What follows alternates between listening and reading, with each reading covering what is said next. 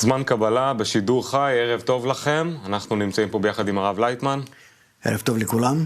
ועם רחלי. שלום דודי. שלום. Bonsoir tout le monde, nous sommes avec le Rav Leitman et Rachel, nous vous souhaitons la bienvenue et nous sommes dans la semaine du livre hébraïque et nous allons parler de ce qu'est un livre dans la Kabbale. Nous allons prendre toutes vos questions que vous allez nous envoyer pendant cette émission et nous allons essayer de les clarifier ensemble. Alors commençons avec la première question. J'ai entendu parler du fait qu'il y avait une force spirituelle spéciale dans les livres de Kabbale. Alors oui, j'aimerais vous parler pendant une minute de ce dont je me souviens. C'est que j'ai été élevé dans une famille où mes parents étaient médecins et il y avait une grande pièce au centre de la maison.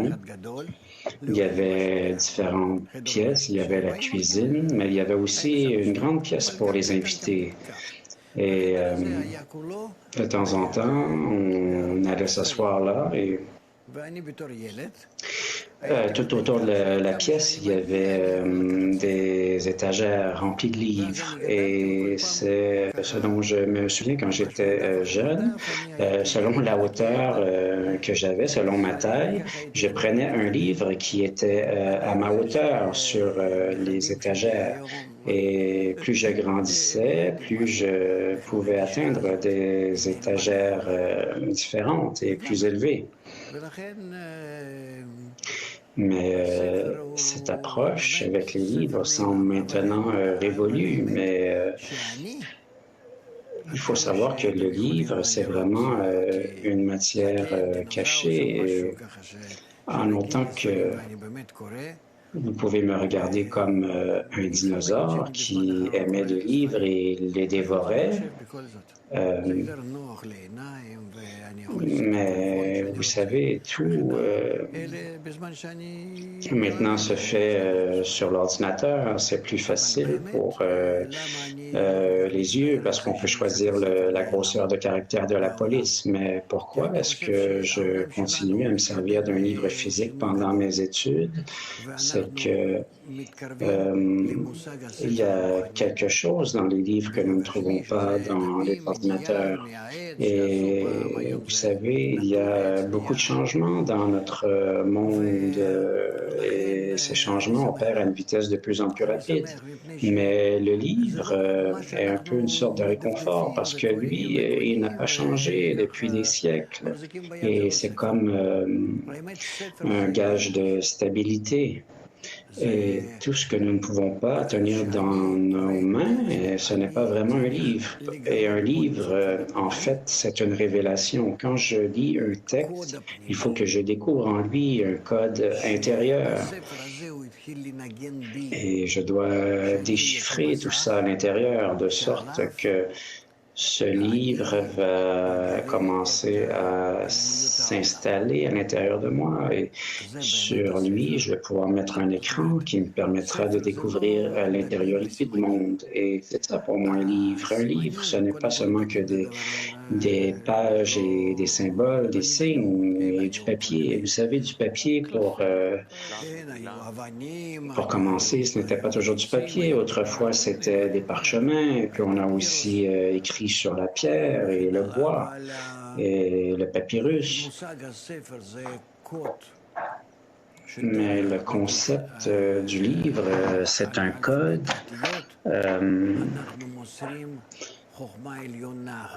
avec lequel l'alphabet, à l'aide des lettres et de l'alphabet, nous passons une sagesse cachée au monde. Et lorsque nous la révélons au monde, la personne elle-même devient le livre et l'histoire qu'il contient.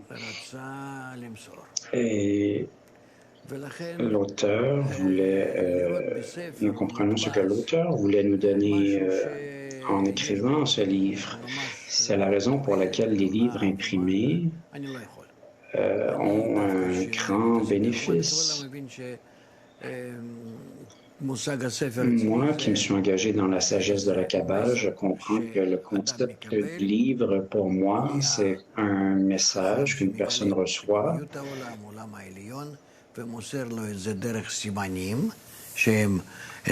Alors, le sage, c'est celui qui révèle l'intériorité du monde et la transmet à travers des signes, des lettres et un alphabet. Et à travers ça, une personne se met à recevoir tout ça à l'intérieur de lui et essayer de déchiffrer ce code que l'auteur voulait lui donner. Mais ce n'est que dans les livres de Kabbale. Demande Rachel, oui, ce n'est que dans les livres de Kabbale. Mais parce que notre monde va à travers une grande période de transformation. Nous sommes dans une révolution et nous sommes au début de ce processus. Et notre monde doit s'élever à un degré supérieur du degré animal dans lequel il se trouve en ce moment. Et nous verrons que le monde dans lequel nous vivons, duquel ont déjà traité les scientifiques et les philosophes, nous verrons que les livres réguliers auxquels nous étions habitués, eux aussi vont finir par s'en aller. Et bientôt, nous nous mettrons à connaître des choses qui sont révélées en nous, et c'est ce que nous appellerons vraiment un livre. Alors, essayons d'être plus précis avec les forces spirituelles que nous trouvons en ce monde, parce que le format électronique, qui est un symptôme du changement qui opère dans ce monde, vous savez, tout ça, l'homme, lorsqu'il lit un livre, tout ça, à l'intérieur de lui, il commence à dépeindre des images et une histoire. Nous pourrions dire la même chose d'un roman. Je suis vraiment capté par cette histoire, je m'identifie avec le héros, et etc.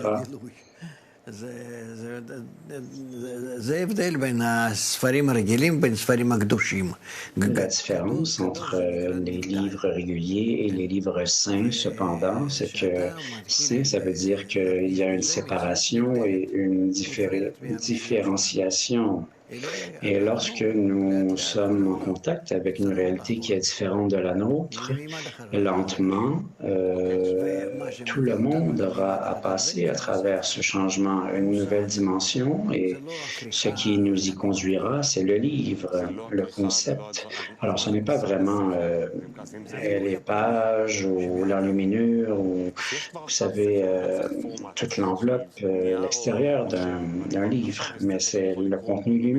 Alors, oui, mais le format lui-même, pourquoi aurions-nous besoin d'une copie physique? Nous pouvons lire à partir d'un ordinateur. Oui, mais il nous faut savoir comment lire pour commencer, dit Rav. Alors oui, j'étudie la sagesse de la Kabbale depuis 3 ans et je connais Bala Sulam, ses écrits, et peut-être pourrais-tu nous donner quelques trucs pour bien lire ses écrits? À quoi devrions-nous prêter attention et que devrions-nous éviter? Alors oui, peut-être qu'elle n'a pas prêté attention encore, ou une personne qui lit les livres de Kabbale doit comprendre qu'elle les lit afin que la lecture lui ouvre de nouveaux sens et qu'il devienne capable de décrire ce qu'il y a dans le livre d'une façon que ça joue intérieurement en lui. Et alors, nous ne sentons pas tout ça émotionnellement comme lorsque nous lisons un roman, mais lorsque nous nous mettons à dépeindre le monde supérieur qui n'agit pas selon les règles des forces égoïstes dans lesquelles nous vivons, mais qui opèrent suivant des lois opposées.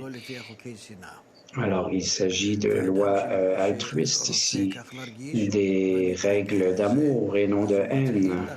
Et une personne qui veut se ressentir de cette façon et s'habitue à le faire, se met à ressentir une histoire complètement différente, qui se passe dans des dimensions différentes, avec différentes actions. de différents héros également. Et c'est comme ça que nous nous mettons à découvrir le monde spirituel et les forces qui opèrent dans ce monde. Et c'est le deuxième stade, en fait, que nous découvrons lorsque nous révélons un livre spirituel. Le premier stade, c'est que lorsque nous lisons le livre de Kabbale, et particulièrement le Zohar et les écrits du Rabash et du Baal HaSulam, lorsque nous les lisons, à partir de la lecture que nous en faisons, nous commençons à avancer, à nous rapprocher de la révélation du livre en nous et nous avons toutes sortes de sensations intérieures lorsque nous découvrons le livre. C'est comme un petit enfant, disons qu'il a 3 ou 4 ans, et nous commençons à lui lire une histoire et dans laquelle jouent des adultes avec un certain drame et des histoires amoureuses. Lui ne saura pas de quoi on parle parce qu'il n'est pas à ce stade de développement, alors il ne comprendra pas les histoires des adultes. Et c'est la même chose pour nous. Lorsque nous lisons des livres de Kabbale, il faut développer des attributs intérieurs qui pourront répondre et être adaptés au contenu du livre de Kabbale. Alors, c'est-à-dire que le premier stade, lorsque nous lisons un livre, c'est qu'il nous faut grandir, il nous faut nous changer et nous transformer en un récipient qui soit apte à recevoir cette information. Alors, nous lisons à notre stade, nous pouvons lire un livre de Kabbale lorsque nous ne comprenons rien, avec l'intention de vouloir comprendre et de nous élever au niveau des histoires qui nous y sont racontées. Alors, c'est le plus important. Et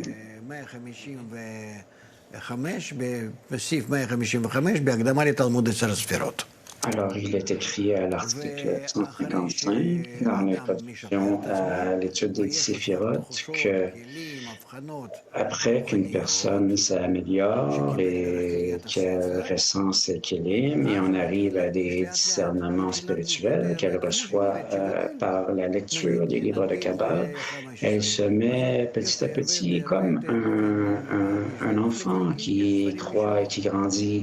Disons, un adolescent qui a 15 ans et grandit de plus en plus et il se met à ressentir beaucoup plus profondément ces livres qui sont pourtant les mêmes et qui n'ont pas changé. L'article 155, Baal HaSulam écrit dans l'introduction des voies du Zohar, il y a une grande vertu. C'est une introduction au livre des Séphirotes, dit Rav, corrige Rav. Et alors, article 155, c'est Baal HaSulam écrit, il y a une grande vertu pour ceux qui s'engagent dans la sagesse de la Kabbale. C'est bien qu'elles ne comprennent pas ce qu'elles lisent grâce au désir et de vouloir découvrir ce qui est écrit, elles attirent sur elles les lumières qui entourent leur âme. Alors, chaque personne d'Israël peut être assurée qu'elle pourra atteindre toutes les atteintes que le Créateur lui a préparées et se réjouir de l'ensemble de la création. C'est-à-dire que nous voulions ou non, c'est certain que nous allons atteindre le monde supérieur et y pénétrer. Mais quelqu'un qui n'a pas mérité dans cette incarnation ou cette vie, il devra revenir pour une autre réincarnation. Alors pourquoi devrions-nous attendre? Nous pouvons le faire dans cette vie-ci. Alors oui, une personne qui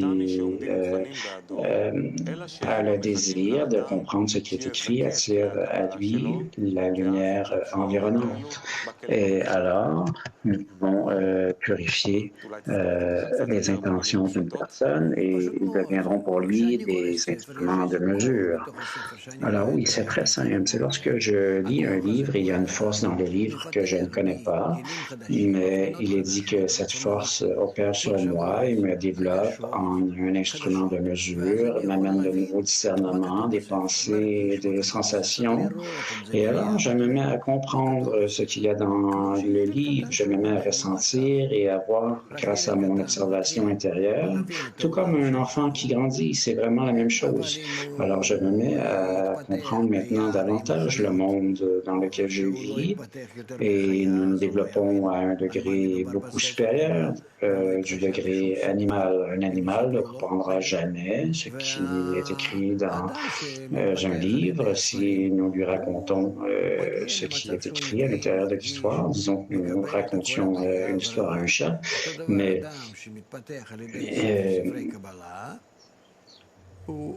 lorsque une personne qui se développe grâce au livre de Kabbale construit à l'intérieur de lui des kélim, des récipients spéciaux qui n'ont pas d'utilité en ce monde, mais lui permet de mieux ressentir le monde spirituel.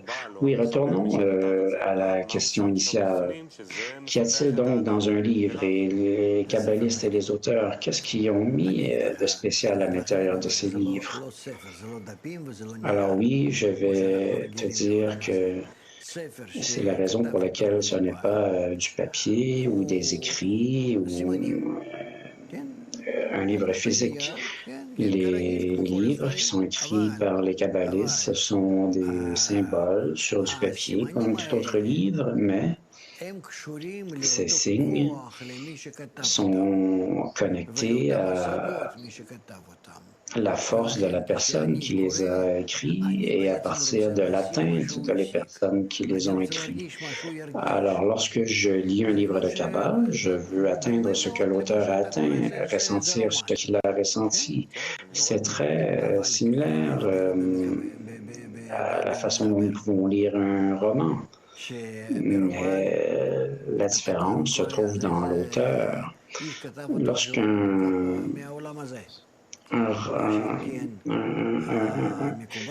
nous lisons un roman, le romancier se trouve toujours dans ce monde, tandis qu'un kabbaliste, lorsqu'il a écrit son livre, se trouvait dans le monde spirituel. Et c'est pour ça que nous disons que l'atteinte d'une personne spirituelle renvoie à la lumière environnante qui est autour de lui. Alors, l'atteinte que je veux obtenir en lisant ces livres-là, ressentir la même chose que l'auteur, j'attire à moi la lumière environnante qui me prépare à toutes ces révélations. Alors, si une personne ne voit le livre du Zohar comme un livre d'histoire, par exemple, il y a peu de chances qu'elle puisse en venir à ressentir tout ça de l'intérieur. Dans la Kabbale, notre progrès dépend de notre penchant et notre tendance à vouloir comprendre ce qui est écrit.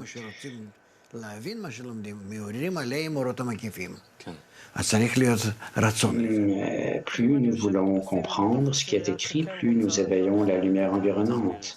Si nous sommes passifs dans une dizaine qui ne veut pas vraiment avancer, est-ce que nous pouvons vraiment faire du progrès? Si je n'ai pas vraiment de désir et... Oui, disons que nous lisons les textes d'un kabbaliste et... Mais c'est que l'auteur te donne le livre et si tu ne fais pas vraiment l'effort de vouloir les comprendre, c'est comme si tu passes à côté. Alors, c'est pour ça que la sagesse de la Kabbale, nous la diffusons et parce que sinon, nous allons demeurer sans atteinte et les gens demeureront sans atteinte. Alors, ce qu'il y a d'intéressant, c'est que si tu ne connais pas la langue, et disons l'hébreu, et tu ne fais que t'asseoir et entendre ce qui est lu à côté de toi, et que tu as le désir de comprendre tout ceci, tu te mets à te développer. Alors, il faut avoir un désir pour lire le livre. Et il faut avoir une connexion avec l'auteur. Mais tu dis que ce n'est pas du papier et que qu'un livre, c'est un concept. Alors oui, c'est que tu n'as pas de connexion avec l'auteur qui est dans une atteinte.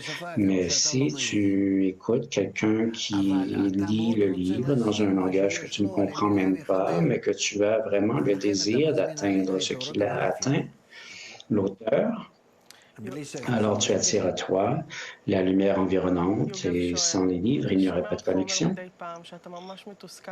Alors oui, je t'entends dire de temps en temps que tu es très frustré du fait que tu n'as pas assez de maîtrise de l'hébreu comme quelqu'un qui l'a pour langue maternelle. Penses-tu qu'il y a quelque chose de spirituel là-dedans? Ce n'est pas vraiment que je suis frustré. Les livres de Kabbale, merci Dieu, je les comprends. Et bien sûr que lorsque j'atteins, je m'attends à atteindre encore toujours davantage. Mais j'aimerais pouvoir m'exprimer dans un hébreu plus châtié. Ça amènerait, ce serait plus respectable. Et peut-être que les gens seraient plus portés à vouloir m'écouter. Mais je ne pense pas vraiment que ce soit ce qui est le plus important, mais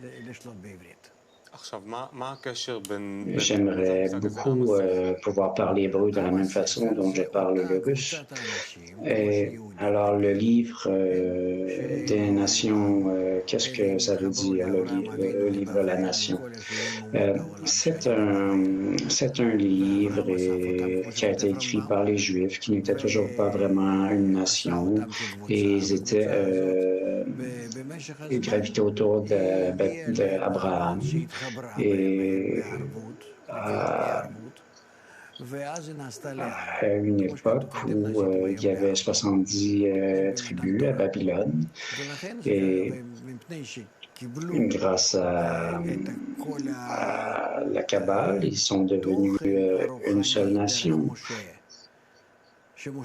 parce qu'ils ont reçu ensuite un contenu spirituel à travers ce que Moïse a écrit pour eux lorsqu'ils ont reçu la Torah. Ils ont passé 40 ans dans le désert et pendant ce temps, Moïse a écrit le livre de la Torah. Mais tout le monde qui travaillait autour dans l'esprit d'aimer son prochain comme soi-même et d'atteindre le monde supérieur,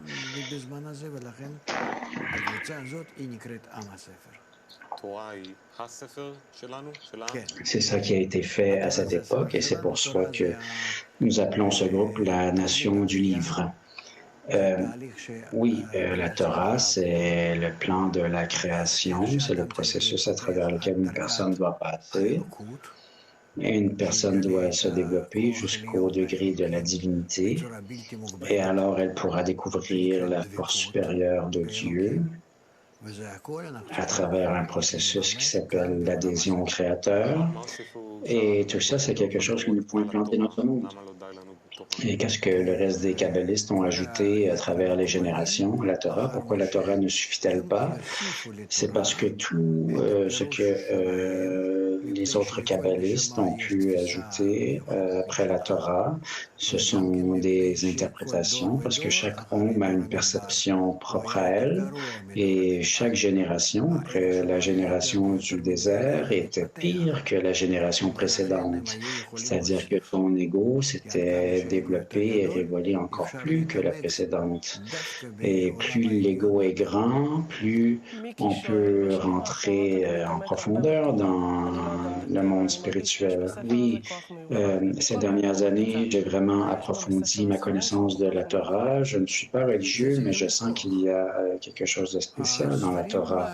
Qu'y a-t-il de spécial avec ce livre? Oui, les livres saints d'Irav sont appelés saints parce que nous pouvons les différencier de l'intellect d'une personne normale. Et de lire la Torah comme une histoire, c'est vraiment une mauvaise chose parce que nous l'abaissons ce faisant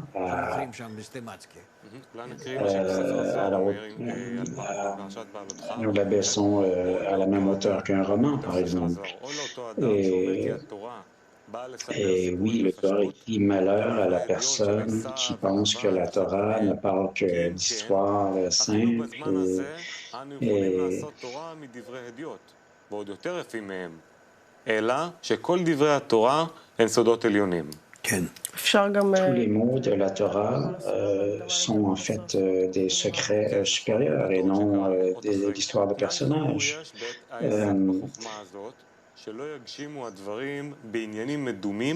Il y a une condition dans l'engagement de la Torah, c'est de ne pas regarder ces choses comme corporelles et de ne pas se les dépeindre parce que par là, ce serait de l'idolâtrie et nous en recevrions du mal plutôt que du bien.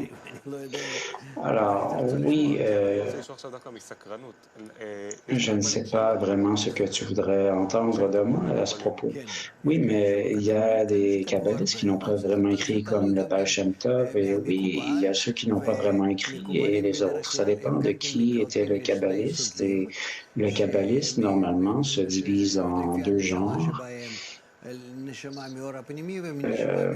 Conformément à l'âme qui est en eux, une âme de la lumière intérieure ou une âme de la lumière extérieure.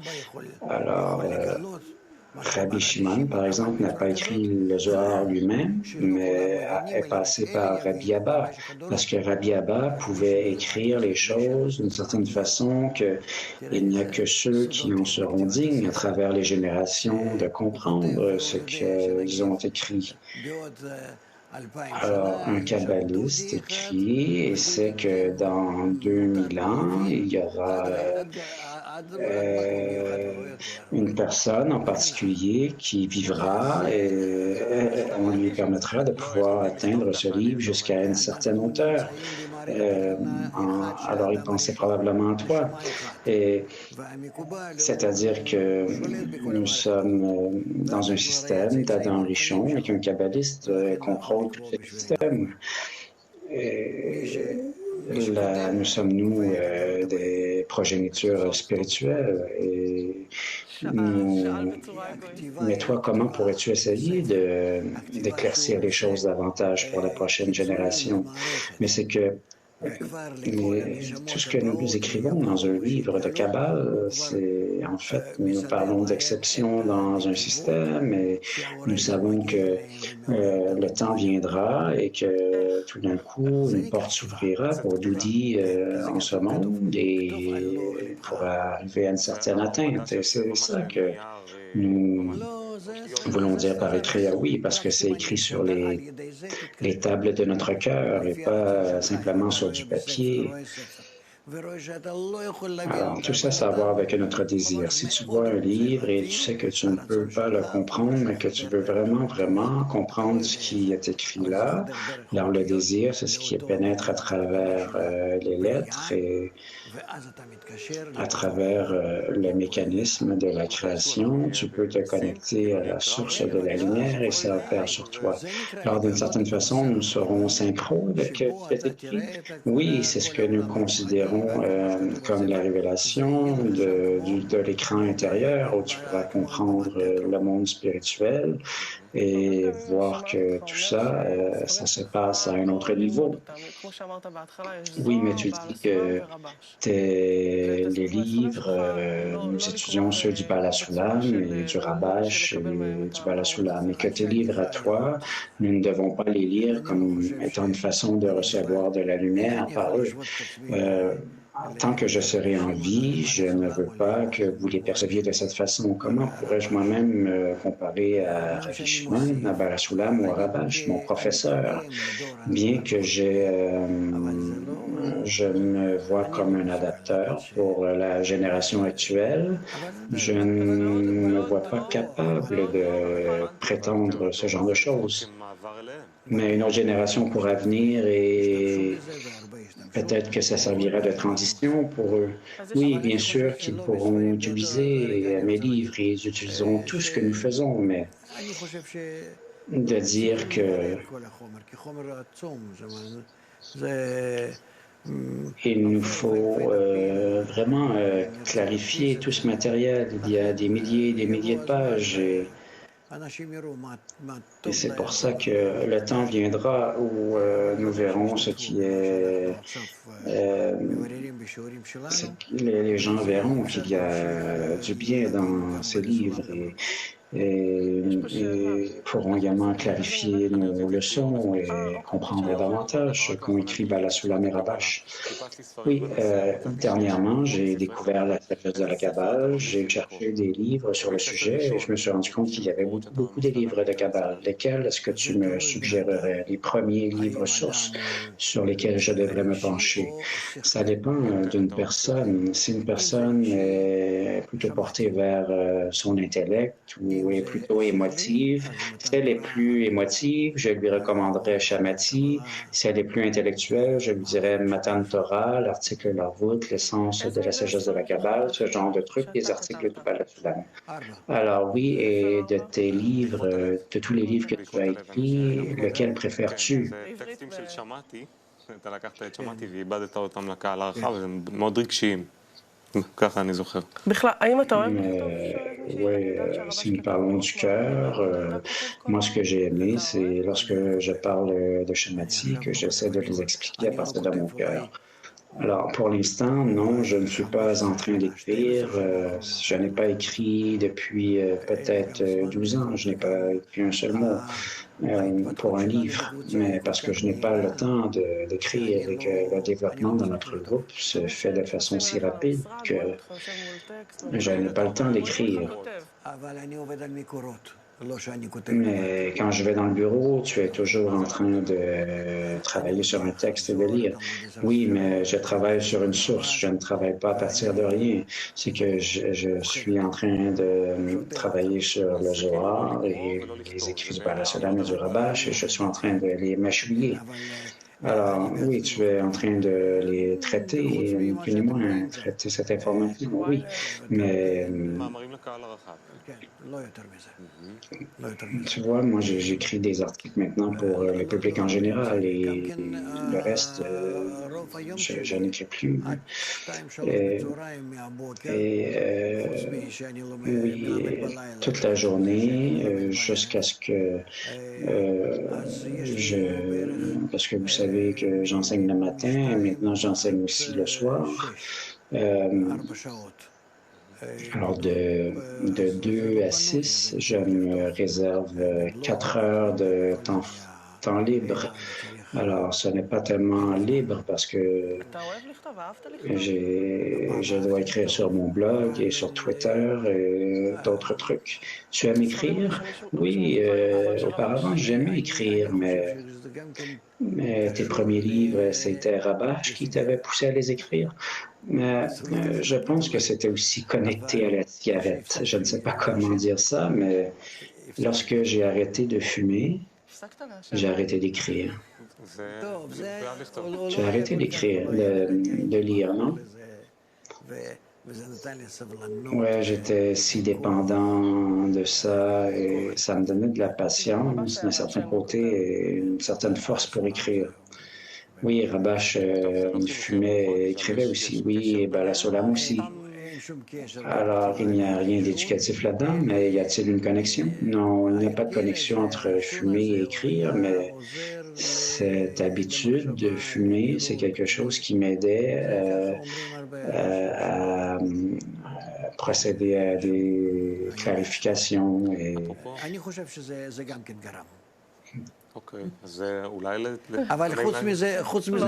Je pense que ça peut, mais je ne vais pas vraiment en parler, mais ce qu'il y a de peut-être le point le plus important, c'est que les médias ont changé. Et le matin, je vois que si le matériel sur lequel nous pouvons nous pencher, nous pouvons parfois passer à travers 20 pages de matériel. Alors, vous voyez, en 10 jours, nous aurions eu le temps d'écrire un nouveau nouveaux livres. Alors, qu'est-ce que nous ferions de tous ces livres si nous devions écrire toute l'information que nous transmettons à travers une leçon? Nous n'aurions pas suffisamment d'étagères pour tous les contenir. Alors, les vidéos étaient à la même valeur qu'un livre. Les vidéos, c'est encore meilleur qu'un livre parce qu'une personne est encore plus imprégnée et impressionnée par ce média. Et alors, les vidéos semblent plus naturelles qu'un livre, parce que les gens s'assoient devant, ont l'impression de s'asseoir devant un enseignant et ils écoutent la matière qui leur est enseignée. Mais je pensais que peut-être une vidéo était plus passif et la lecture plus active. Mais oui, mais ça décrit aussi l'état, c'est-à-dire que un enseignant, Rabbi Akiva, était assis sur un rocher à l'ombre sous un arbre et il enseignait à ses enseignants. Ça ressemble un peu à une vidéo, non? Oui, une personne me demande, j'aime écrire, j'ai un talent pour écrire et j'aimerais écrire sur mon expérience avec l'expérience de la Kabbale. Que recommanderais-tu? Est-ce que c'est pur du point de vue légaux? Je ne sais pas. Je ne connais pas la qualité de ton écriture, mais il faut... aurais-tu l'aptitude d'écrire un livre spirituel? Mais vous savez, une personne qui étudie la Kabbale depuis plusieurs années peut raconter son expérience, comment il a été attiré par la Kabbale et ce qu'il ressent en étudiant la Kabbale. Alors peut-être que ça pourrait être utile à quelqu'un d'autre. Alors si tu choisis les écrits du Bala Sulam ou si tu pouvais apporter un écrit du Rabash ou du Bala Sulam sur une île déserte, lequel prendrais-tu? Ça serait sans contredit, il n'y a rien hormis lui, l'article numéro 1 de Shamati. Lorsque j'étais avec le Rabash et que je suis allé avec lui les premières fois chez le médecin parce qu'il avait une infection à l'oreille, ça faisait 6 mois depuis que nous nous étions vus pour la première fois et il m'a demandé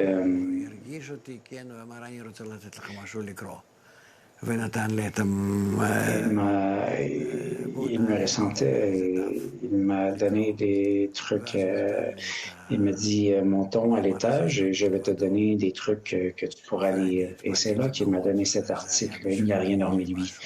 Et j'étais si ébahi, je n'en revenais pas. Comment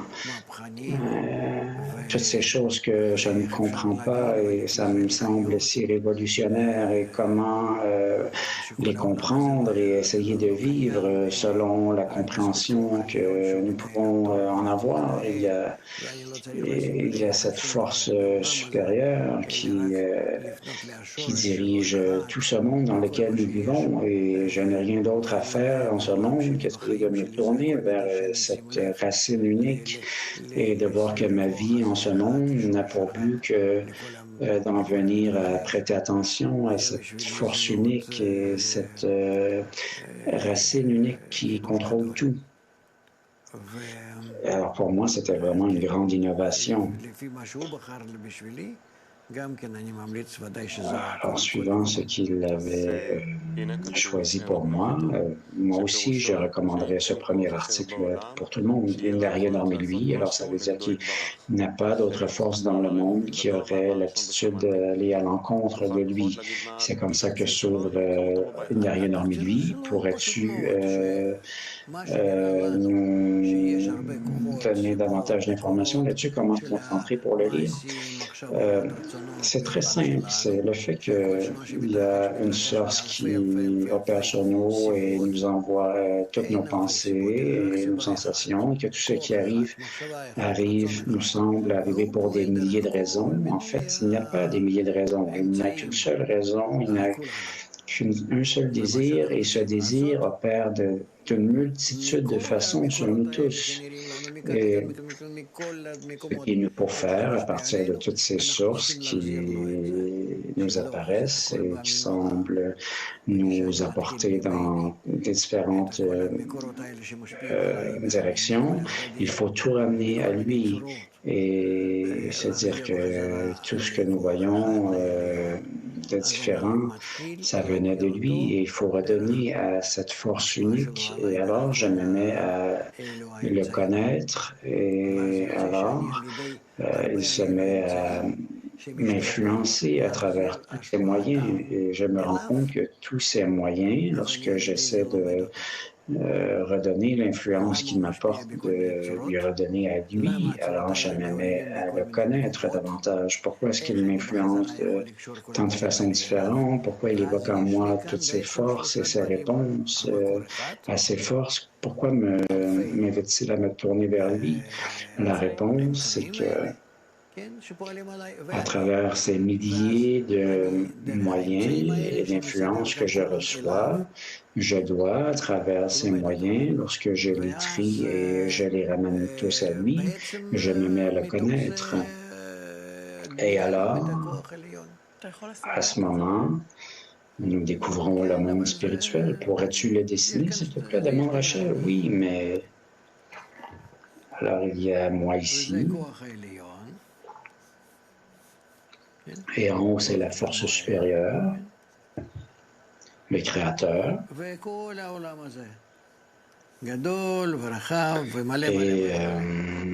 Et ici,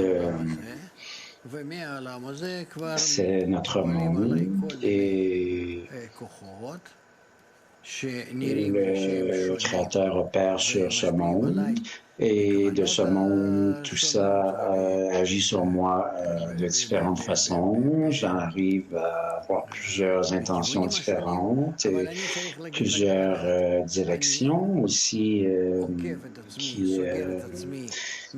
que je semble devoir emprunter. Mais si je m'isole et que je me dis que tout ça, ce n'est pas vrai et que toutes ces impressions que j'ai, je les associe à une seule force et que je les attribue à cette force unique, je vois que l'action de cette force unique qui se décline à travers des milliers et des milliers de moyens, je me rends compte que l'action de tout attribuer au Créateur, ça me permet de comprendre le plan de la création, la pensée du supérieur, où il m'amène et comment s'est construit le monde en entier, parce que tout ça, c'est notre monde. Pourquoi est-ce qu'il a été fait de cette façon? Pourquoi le Créateur se revêt dans le monde à travers cette force et ce monde, et que j'arrive à tout associer à lui, à me dire qu'il n'y a rien hormis lui. Et alors, ce processus dans ce monde dispersé m'amène à tout attribuer au Créateur. Et lorsque j'y arrive, je dis que toutes les façons par lesquelles il s'est adressé à moi, je me mets à le voir comme une seule force. Et il m'éveille à travers mes compagnons de classe, à travers ma famille, le gouvernement, mes compagnons de travail, à travers les impôts que je dois payer. Tout ce qu'une personne découvre, on voit que ça nous vient d'une seule source, c'est que je suis complètement opéré par lui.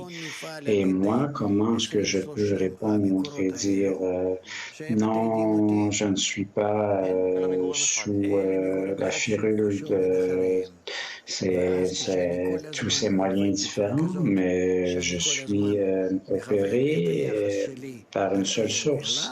Et lorsque j'arrive à tout diriger, mon attitude envers ces différents moyens, l'orienter vers lui, je me mis à comprendre pourquoi il l'a fait et pourquoi il m'a éveillé d'une telle façon. Et là, je me mets à le découvrir. Je découvre son revêtement à l'intérieur de tous ces moyens qu'il utilise afin de me gouverner.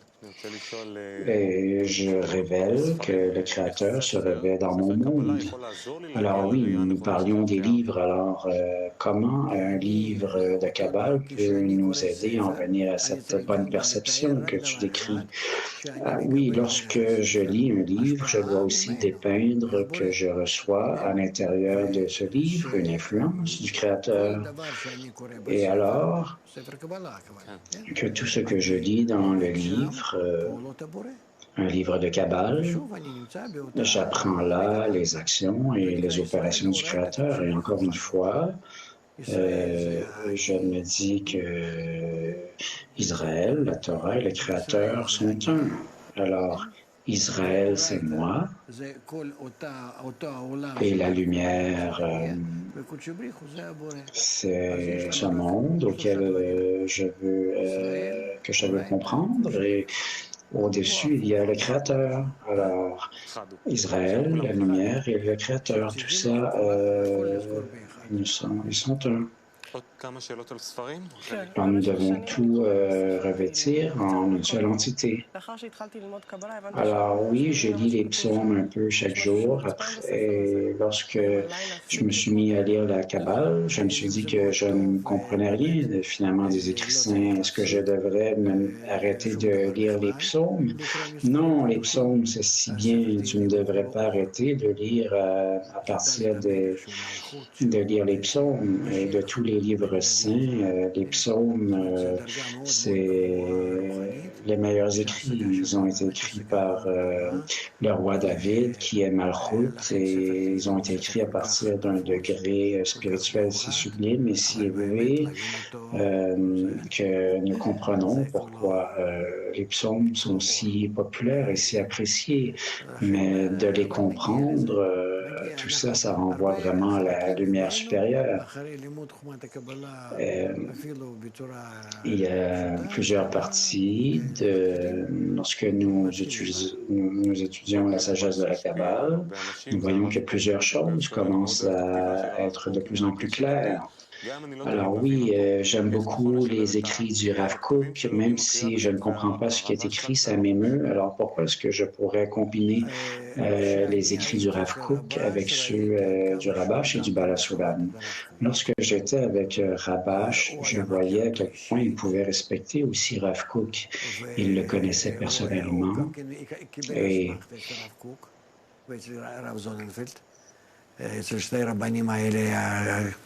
il a également eu son autorisation de grands rabbins comme le Rav Kook.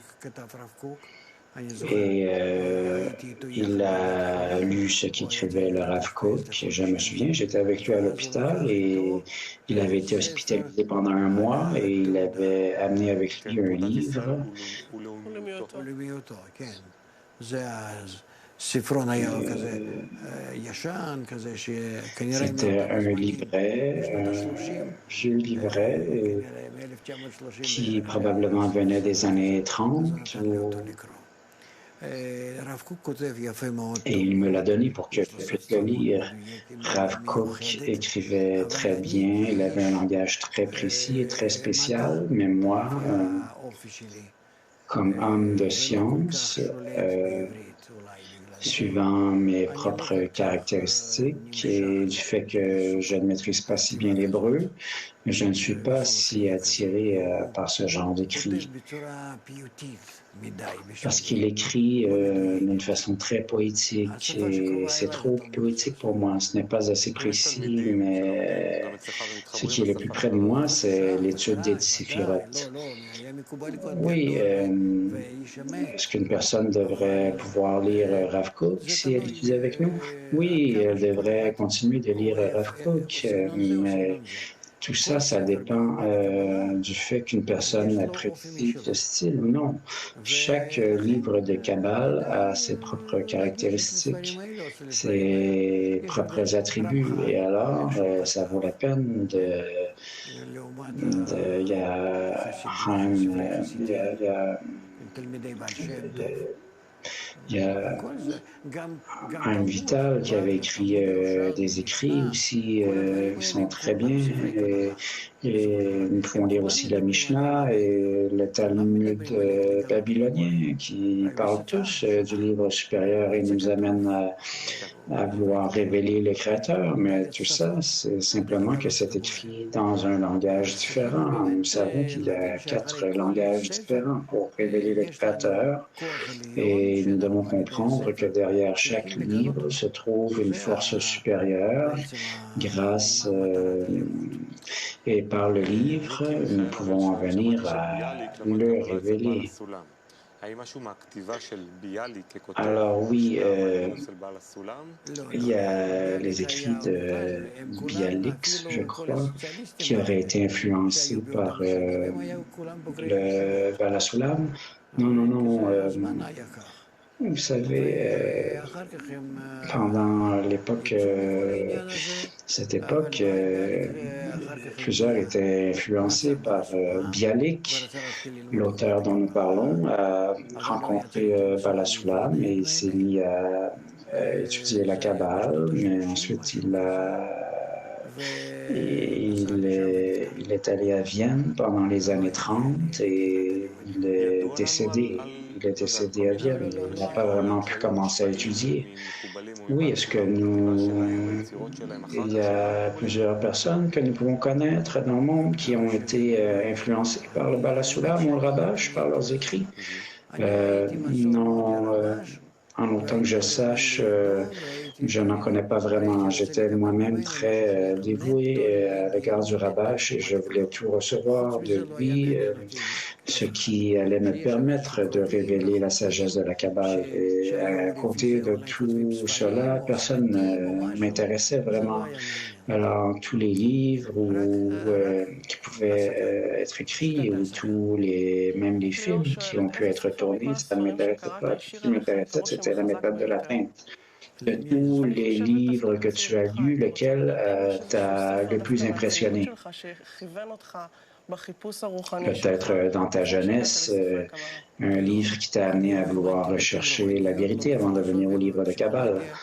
Non, je ne croyais en aucune spiritualité, psychologie ou philosophie ou quoi que ce soit. Je voyais que tout, c'était quelque chose qu'une personne sortait de son intellect animal et alors il n'y avait rien de vrai là-dedans.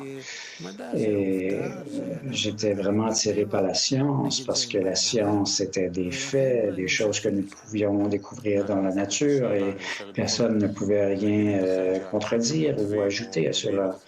Et alors disons qu'il y a ceux qui écrivent et s'expriment de différentes façons.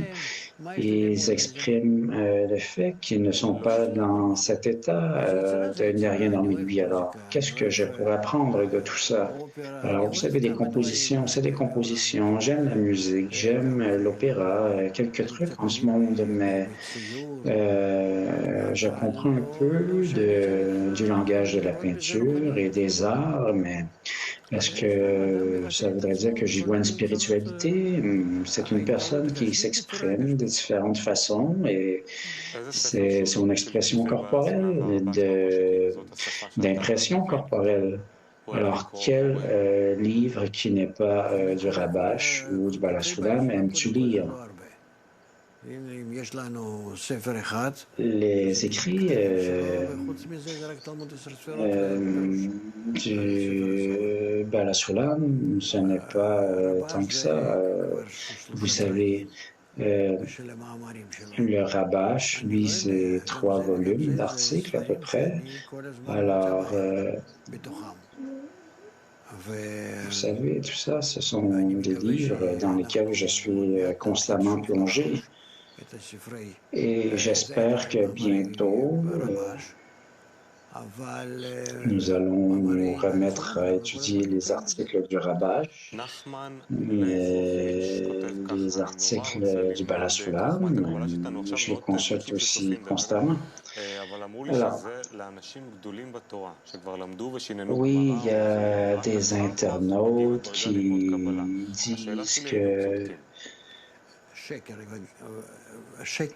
disent que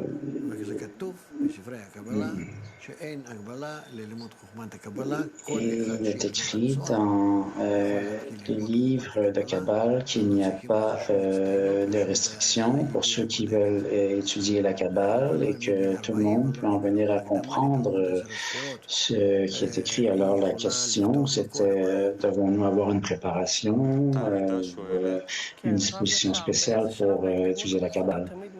Et la réponse est non. Alors, comment une personne se met à voir qu'un livre se met à l'influencer?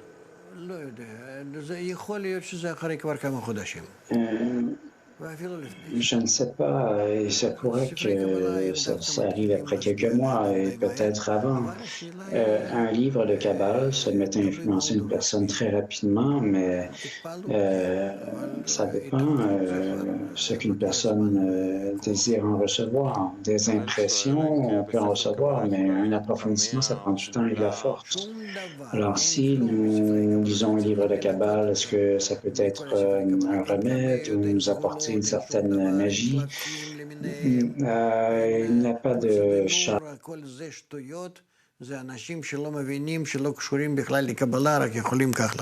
עוד הוא מוסיף, מה לגבי סריקה של הזוהר, שאני פשוט סורק את זה, זה יפעל, זה יעזור לי? זה שום דבר לא יעזור לי. כלום לא יעזור לי. אותך כן. אדיר שואל, כבוד הרב, אני לא קורא ספרים, אבל מרגיש מחובר לבורא בכל רגע נתון. יש הסבר לזה? כן, הסבר פסיכולוגיה מוטה. Alors oui, je suis connecté au livre, mais je ne suis pas vraiment connecté au Rav, et tout ça, ça me semble être de la psychologie. Et quelle est la différence entre les livres d'histoire et un autre auteur? Alors l'auteur, c'est le créateur qui écrit, et les histoires, c'est ce qui interagit avec nous et que nous devons écrire ces histoires sur les tables de notre cœur. Alors oui, nous parlons d'un seul...